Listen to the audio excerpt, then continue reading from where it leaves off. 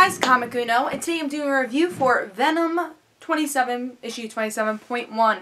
So let's talk about the cover first. Cover is pretty simple, really good art. I like the red in it. I just think it's a pretty simple, good cover.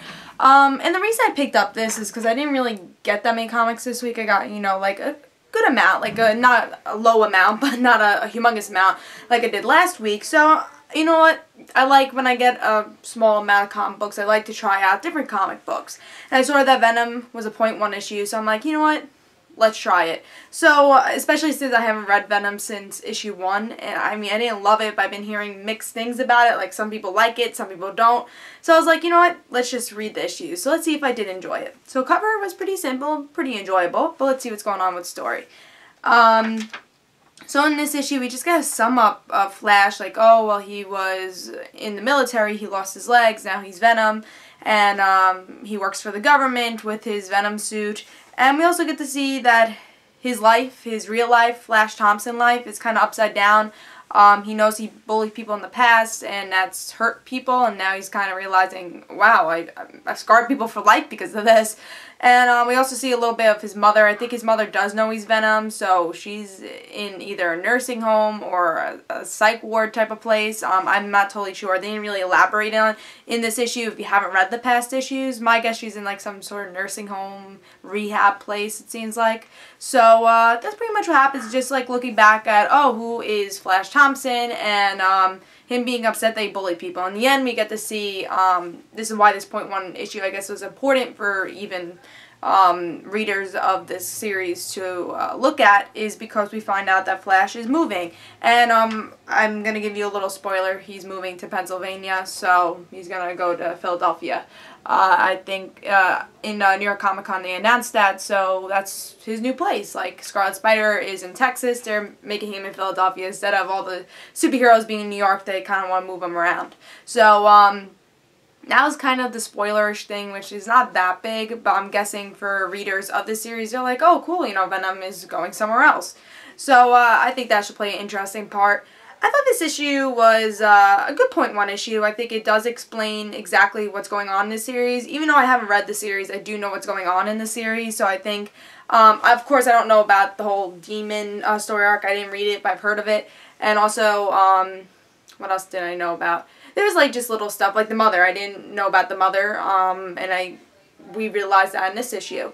So it's a really great sum up of the series if you haven't been reading the series, and if you don't know anything about it and you want to just kind of read Venom if you like maybe the Carnage crossover. And I think it's perfect to have a .1 issue after the Carnage crossover, because maybe people read it because of Scarlet Spider and they're like, oh, well, now I want to get into Venom. So I think it's great that they have a .1 right after. I thought this issue was okay. I mean, I don't think I will be picking up more issues. It didn't really tempt me to pick up more issues. Just because I do like Flash Thompson, but I just don't like his solo series. I don't think, in my opinion, I don't feel like he could really support a solo series to at least keep my interest.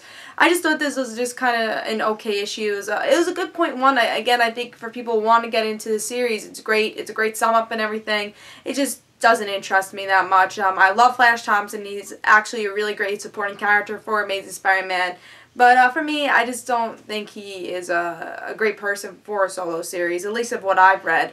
Issue 1 I didn't really enjoy. I know in the beginning this series was supposed to be really great, and then it kind of died down with that whole demon story arc, and I don't know if it will die down with this whole entire Philadelphia story arc and this whole him moving to Philadelphia, and I think that will be at least permanent for a while.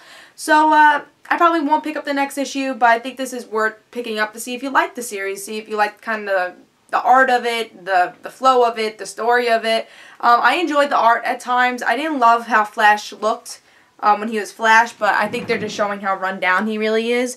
I didn't love the art for that, but everyone else looked pretty good in it, so and the flashbacks looked really nice in this. So the art is, except for Flash, but I think they are showing that Flash is, been, I guess doesn't look great. He looks like he hasn't slept in days. I think they're doing that on purpose, but I also don't like it. It just doesn't look great.